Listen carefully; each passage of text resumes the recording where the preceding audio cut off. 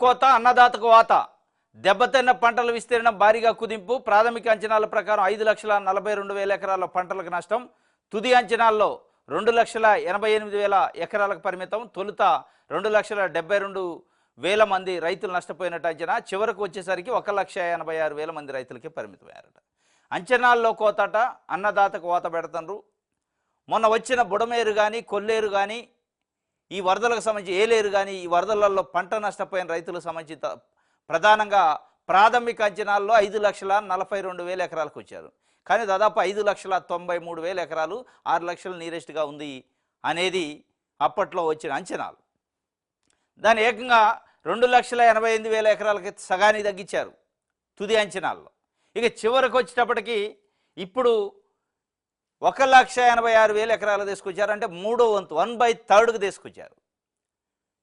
అంటే వాస్తవంగా వరదల్లో బాధల్లో ఉన్న వాళ్ళని ఇంకా ఆదుకోవాలి ఇంకా అవసరమైతే కొంతమంది చేర్చాలి కానీ మొత్తం 6 లక్షల మంది ఉంటే 2 లక్షల మంది కూడా ఇయ్యని పరిస్థితి అంటే 1/3 కూడా ఇవ్వట్లేదు ఇవ్వాలి 1,86,000 మంది రైతులకు మాత్రమే పంట నష్టపరిహారం ఇస్తారట దానికి సంబంధించి ఒక వార్తని సాక్షి పేపర్ ఇచ్చింది నష్టపోయిన రైతులకు ఉదారంగా సాయం అందించాల్సిన ప్రభుత్వం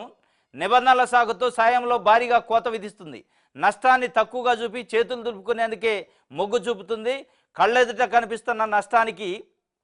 ఆచరణలో ప్రభుత్వ లెక్కలకు పొంతనే కుదరడం లేదు కనుచూపు మేరలో దిగుబడి వచ్చే అవకాశమే లేదని తెలుస్తున్న తప్పుడు అంచనాలతో రైతులను బురుడి కొట్టించడానికే మొగ్గు చూపుతుండటం స్పష్టంగా కనిపిస్తుంది పరిహారం పేరుతో ప్రభుత్వం తమను గుండె కోతకు గురి చేస్తుందని అన్నదాతల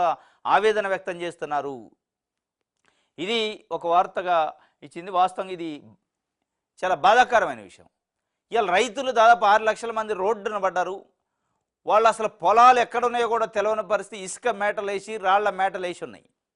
కంప్లీట్గా నష్టపోయారు నువ్వు ఇచ్చేది మళ్ళీ ఎకరానికి 10,000 ఆ ఎకరానికి 10,000లలో కూడా అందరూ నష్టపోయిన రైతునికి ఇవ్వకుండా 5,42,000 మంది మీ లెక్కల ప్రకారం వెళ్తుంది అన్అఫిషియల్గా 6 లక్షల మంది అంటున్నారు ఇవాళ 1,86,000 మందికి ఇవ్వటం అంటే రైతుల నోట్లో మట్టి కొట్టినట్టు కాదు ఇది అన్నదాతల నోట్లో మట్టి కొట్టినట్టే ఇది మాట్లాడితే నేను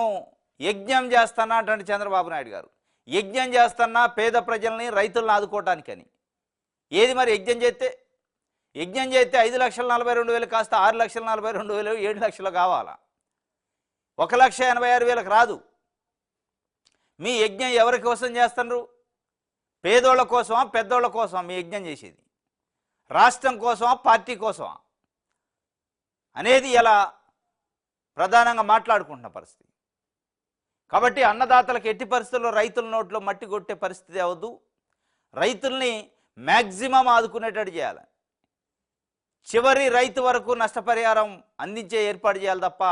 కోతలు పెట్టే కార్యక్రమం రైతుల విషయంలో చేయొద్దు అన్నదాతలకు వేతలు మిగిలించొద్దు చాలా ఇబ్బందులు పడుతున్నారు పాపం వాళ్ళని ఇంకా ఒక పైసా కూడబట్టి వాళ్ళని ఆదుకోవాల్సింది పోయి కేంద్రం నుంచి అవసరమైతే ఒక 10,000-15,000 కోట్లు తీసుకొచ్చి వాళ్ళని ఆదుకోవాలి తప్ప ఇగో ఈ రకమైన పరిస్థితి చేస్తే చాలా ఇబ్బందికరమైన పరిస్థితి